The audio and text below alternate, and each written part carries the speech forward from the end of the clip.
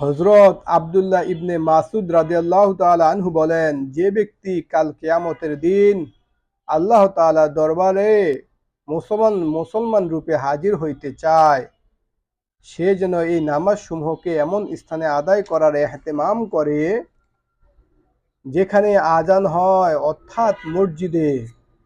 কেননা আল্লাহ তাআলা তোমাদের নবী আলাইহিস সালামের জন্য এমন সুন্নত সমূহ জারি করিয়াছেন যেইগুলি সম্পূর্ণ হেদায়েত। এই সমস্ত সুন্নতের মধ্যে জামাতের সহিত নামাজ আদায় করা রইয়াছে। যদি অমুক ব্যক্তির ন্যায় তোমরা ঘরে নামাজ পড়িতে আরম্ভ করো, তবে তোমরা নবী সাল্লাল্লাহু আলাইহি সাল্লামের সুন্নত ত্যাগকারী হইবে। আর ইয়া জানিয়া রাখো যে যদি তোমরা নবী করিম সাল্লাল্লাহু আলাইহি সাল্লামের সুন্নত ত্যাগ করো, তবে গুমরাহী হইয়া যাইবে। আর যে ব্যক্তি উত্তম রূপে ওযু করে এবং মসজিদের দিকে অগ্রসর হয়, তার প্রতি কদমে একটি করিয়া নেকি লেখা হইবে এবং একটি করিয়া গুনাহ মাফ করা হইবে।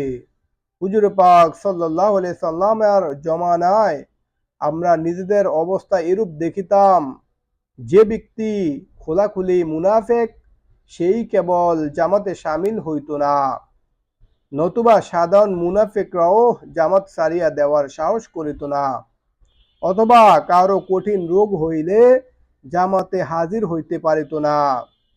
অন্যথায় যে ব্যক্তি দুইজনের উপর ভর করিয়া হেসরাইয়া যাইতে পারিত, তাহাকেও জামাতের সহিত কাতারে দাঁড় করাইয়া দেওয়া হইত।